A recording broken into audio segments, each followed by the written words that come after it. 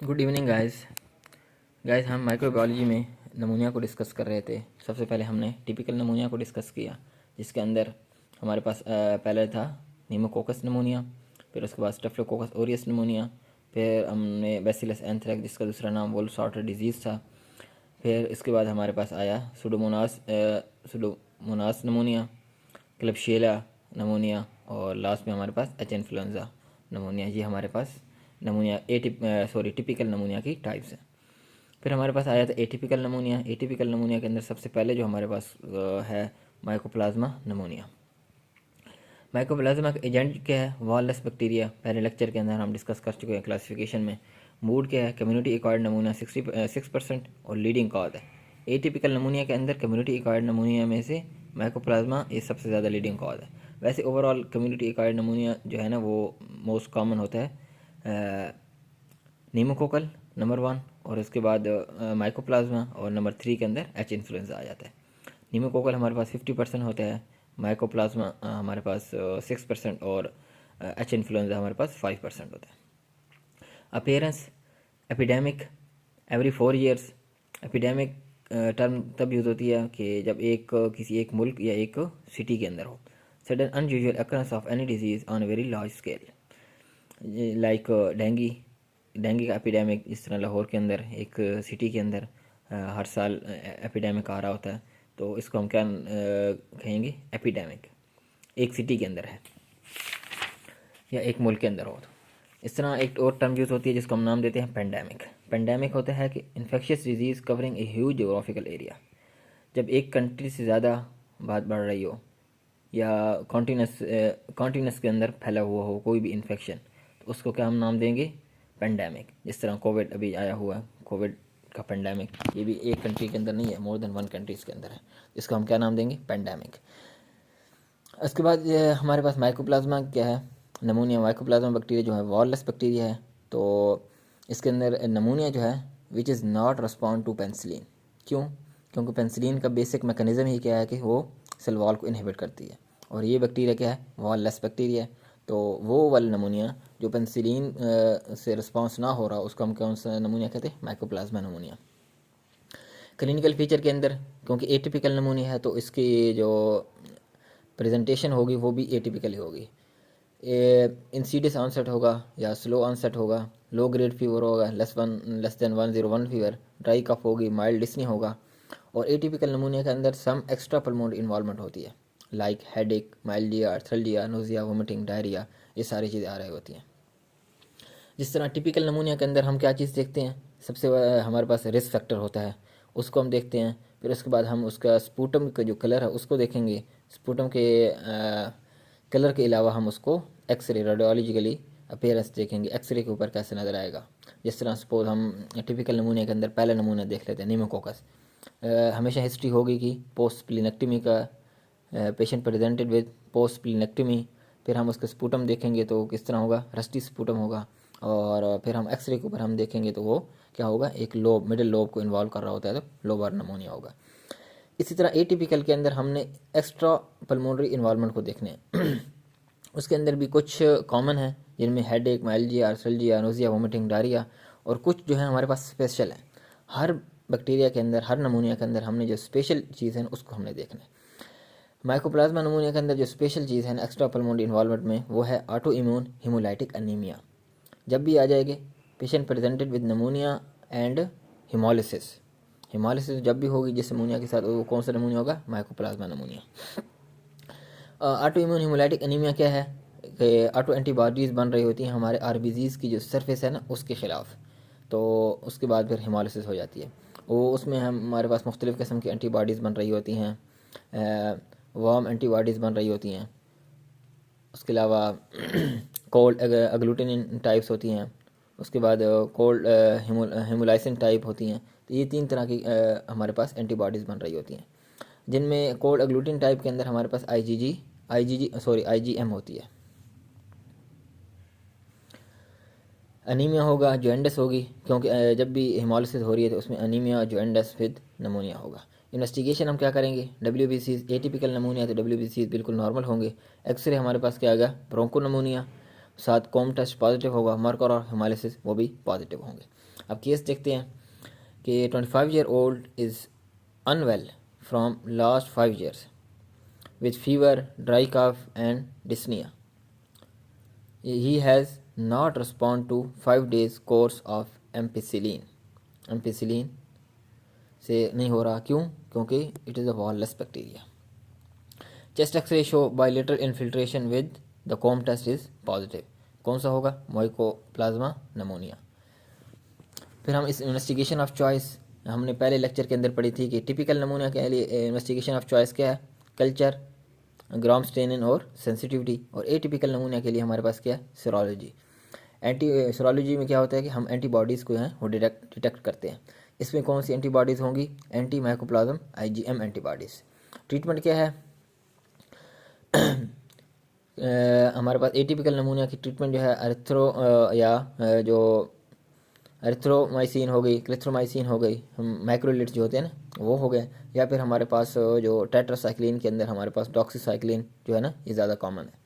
लेकिन as you know कि wireless bacteria के अंदर जो डॉक्सीसाइक्लिन उसके साइड इफ़ेक्ट ज़्यादा हैं, क्योंकि टेट्रासाइक्लिन जो है ना बाइंड कर रही होती है कैल्शियम के साथ, और कैल्शियम हमारे बोन के अंदर और हमारे टीथ के अंदर होती है। तो बोन टूथ इनेमल डिस्टॉर्शन हो सकती है या बोन ग्रोथ रिटार्डेशन हो सकती है। तो ये मोस्टली इसके साइड इफ़ेक्ट हैं। इसलिए जब भी एटिपिकल नमूनिया होगा या माइकोप्लाज्मा नमूनिया होगा तो उसके अंदर हम कोशिश करेंगे कि एरिथ्रोमाइसिन या क्लिथ्रोमाइसिन माइक्रोलिट ग्रुप जो है वो यूज़ करेंगे, उसके साइड इफ़ेक्ट कम है बनिस्बत टेट्रासाइक्लिन के या डॉक्सीसाइक्लिन के। क्वेश्चन आएगा कि pneumonia not respond to penicillin, कौन सा होगा? Mycoplasma pneumonia. Pneumonia with haemolysis, mycoplasma pneumonia. Pneumonia with Coombs test positive, mycoplasma pneumonia. Pneumonia with anaemia and jaundice, mycoplasma pneumonia. फिर आ जाती है हमारे पास क्लेमाइडिया सिटागाई, ऑब्लिगेट इंट्रासेलुलर है हमारे पास। ये इसकी जो डिजीज़ होती है उसको हम क्या नाम देते हैं? सिटाकोसिस। सोर्स क्या है? Bird faeces. जब भी हिस्ट्री आएगी तो उसके कहेंगे कि कोई भी बर्ड या पेट शॉप ओनर है तो प्रेजेंटेड विद नमूनिया, तो हम फ़ौरन कहेंगे कि ये क्लेमाइडिया सिटागाई है या सिटाकोसिस। ज़ूनोटिक डिजीज़ है, जानवर एनिमल से ह्यूमन के अंदर आ रही है। Mode of transmission aerosol of bird faeces. अब जो डिजीज़ हमारे बर्ड से आ रही है उनका डिफरेंशियल डायग्नोसिस है। ब्रोंकियल अस्थमा हो सकता है, एक्सटेंसिव एलर्जिक एल्वोलाइटिस हो सकता है, फाइब्रोसिस हो सकता है, इंटरस्टिशियल लंग डिजीज़ और सिटाकोसिस। ये हमारे पास जो डिजीज़ हैं ये किससे हो सकती हैं? बर्ड फीसेस से या बर्ड से हो सकती हैं। रिस्क फैक्टर क्या है? बर्ड या पेट शॉप ओनर होगा, found of having the bird at home, या जिसने अगर घर में पाली हुई हैं तो ये उसके क्या होगा? प्रेजेंटेशन होगी। क्लिनिकल फीचर के अंदर एज टिपिकल नमूनिया की तरह होगा, लाइक इंसीडियस ऑनसेट होगा, लो ग्रेड फीवर होगा, ड्राई कफ होगा, ये सारे कुछ होंगे। तो हमने आगे साथ देखना है कि एक्स्ट्रा पल्मोनरी इन्वॉल्वमेंट में कौन सी है? क्लेमाइडिया सिटागाई के अंदर। माइकोप्लाज्मा नमूनिया के अंदर क्या था? Auto immune haemolytic anaemia. और क्लेमाइडिया सिटागाई के अंदर हमारे पास है एक्स्ट्रा पल्मोनरी इन्वॉल्वमेंट में हेपेटाइटिस। इसमें हमारे पास हेपेटाइटिस आ रहा होगा। On examination core crepitation, bronchial breathing होगा। इन्वेस्टिगेशन एटिपिकल नमूनिया तो WBC बिल्कुल नॉर्मल होगी।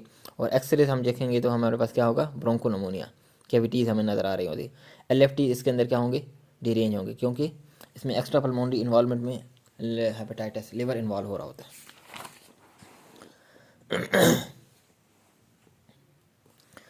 अब जो हमारे पास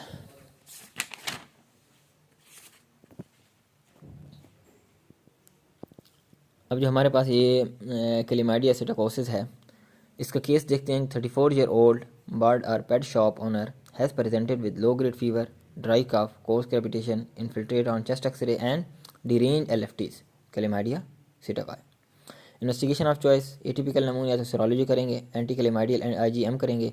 ट्रीटमेंट हमारे पास डॉक्सीसाइक्लिन या मैक्रोलेट वगैरह होंगे। क्लेमाइडिया नमूनिया हमेशा जो ऑब्लिगेट इंट्रासेलुलर है उनकी तकरीबन ड्रग ऑफ चॉइस जो है ना वो टेट्रासाइक्लिन, जो जिसमें डॉक्सीसाइक्लिन या टेट्रासाइक्लिन के जो ग्रुप हैं वो सारे आ जा रहे होते हैं। डॉक्सीसाइक्लिन फिर हमारे पास आया था क्लेमाइडिया नमूनिया। क्लेमाइडिया नमूनिया के एजेंट क्या है? ऑब्लिगेट इंट्रासेलुलर है, एटिपिकल नमूनिया है, mode of transmission human to human है transmission. Clinical feature, investigation and treatment same as the chlamydia psittaci. Same clinical feature नज़र आ रहे होंगे कि बॉड ऑनर है, या उसके बाद इन्वेस्टिगेशन वही सीरोलॉजी होगी, ट्रीटमेंट वही डॉक्सीसाइक्लिन होगी। क्लिनिकल फीचर के अंदर डिजीज़ अपेयर, लेकिन इसमें और उसमें क्या फ़र्क होगा कि disease appear in biphasic illness. First phase के अंदर क्या होगा? हमारे पास गले वगैरह ख़राब होगा, अपर रेस्पिरेटरी ट्रैक इन्फेक्शन होगा, एक्यूट फेरेंजाइटिस होगा, और ये रहेगा हमारे पास 1 to 3 days. Then patient normal after 1 to 2 days या 1 to 3 डेज़। फिर दूसरी फेज़ आएगी, पेशेंट डेवलप एटिपिकल नमूनिया। ये हम ग्राफ देखते हैं, पहले पेशेंट को क्या हुआ? अपर रेस्पिरेटरी ट्रैक हुआ, फिर दरमियान में वो क्या होगा? नॉर्मल हो गया। 1-2 दिन के बाद फिर वो क्या हो जाएगा? एटिपिकल नमूनिया के साथ प्रेजेंट कर रहा होगा।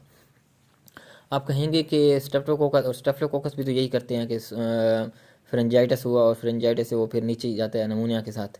उसमें और इसमें ये फ़र्क है ना कि वहाँ दरमियान में पेशेंट नॉर्मल नहीं होता, वहाँ फर्स्ट डे से लास्ट डे तक पेशेंट जो है ना उसके साइन एंड सिम्टम आ रहे होते हैं। यहाँ इसमें ये है ना कि पेशेंट दरमियान में 1-2 दिन के लिए नॉर्मल हो जाता है, बिल्कुल फिट हो जाता है, और उसके बाद दोबारा एटिपिकल नमूनिया के साथ प्रेजेंट कर रहा होता है। फिर आ जाते हैं कॉक्सेलिया बॉर्नेटी, जिसको हम क्या नाम देते हैं? Q fever. एजेंट हमारे पास क्या है? ऑब्लिगेट इंट्रासेलुलर सब टाइप ऑफ रिकेट्सिया। ये हम जब हम स्पेक्ट्रम ऑफ डिजीज़ पढ़ रहे थे ना, उसमें हमने ये डिस्कस किया था क्यू फीवर इसको क्यों कहते हैं। Clinical feature, atypical pneumonia, low grade fever, mild dyspnoea, dry cough, headache, myalgia, arthralgia, nausea, vomiting, diarrhoea, वही एटिपिकल प्रेजेंटेशन होगी। स्पेशल क्या है? एक्स्ट्रा पल्मोनरी इन्वॉल्वमेंट, उनमें इन्फेक्टिव एंडोकार्डाइटिस मेन चीज़। माइकोप्लाज्मा नमूनिया के अंदर क्या था? ऑटो इम्यून हिमोलिसिस होगा, ऑटो इम्यून हिमोलाइटिक एनीमिया होगा। क्लेमाइडिया सिटाकाई के अंदर क्या था? हेपेटाइटिस, एक्स्ट्रा पल्मोनरी इन्वॉल्वमेंट में हेपेटाइटिस था। और कोक्सेलिया बॉर्नेटी क्यू फीवर के अंदर हमारे पास एक्स्ट्रा पल्मोनरी इन्वॉल्वमेंट क्या है? इन्फेक्टिव एंडोकार्डाइटिस, इसमें अंदर fever plus new murmur on auscultation. जब हम अस्कल्टेट करेंगे तो बुखार होगा, नमूनिया होगा, और फिर के साथ क्या होगा? न्यू मर्मर होंगे। इन्वेस्टिगेशन WBC एटिपिकल है तो नॉर्मल होंगे। चेस्ट एक्सरे, ब्रोंको नमूनिया होगा, ब्रोंको नमूनिया होगा। एटिपिकल के अंदर क्या होगा? ब्रोंको नमूनिया होगा। सिर्फ वो जो है ना टिपिकल नमूनिया, उसके अंदर लोबार नमूनिया हो सकते हैं। हमने पढ़ा था कि लोबार नमूनिया सिर्फ टिपिकल में होता है, और ब्रोंको नमूनिया टिपिकल और एटिपिकल दोनों के अंदर हो सकता है। चेस्ट एक्सरे के अंदर bronchopneumonia, echo, vegetation on heart valves, investigation blood culture करेंगे। ब्लड कल्चर क्या होगा? इसमें नेगेटिव होगा। अब क्या होगा? Pneumonia plus infective endocarditis, blood culture negative. क्यों? क्योंकि हमने जो स्टेफ्लोकोकस और स्ट्रेप्टोकोकस था ना, वो हमने देखा था कि वो 90 to 95% इन्फेक्टिव एंडोकार्डाइटिस कॉज कर सकता है। क्योंकि इसमें भी वही सेम आ रही है कि नमूनिया हुआ और इन्फेक्टिव एंडोकार्डाइटिस हो गया, लेकिन वहाँ क्या था? ब्लड कल्चर इज़ पॉजिटिव, लेकिन यहाँ क्या है? ब्लड कल्चर इज़ नेगेटिव, क्योंकि वो टिपिकल नमूनिया है और उसका इन्वेस्टिगेशन ऑफ चॉइस ही क्या है? कल्चर है।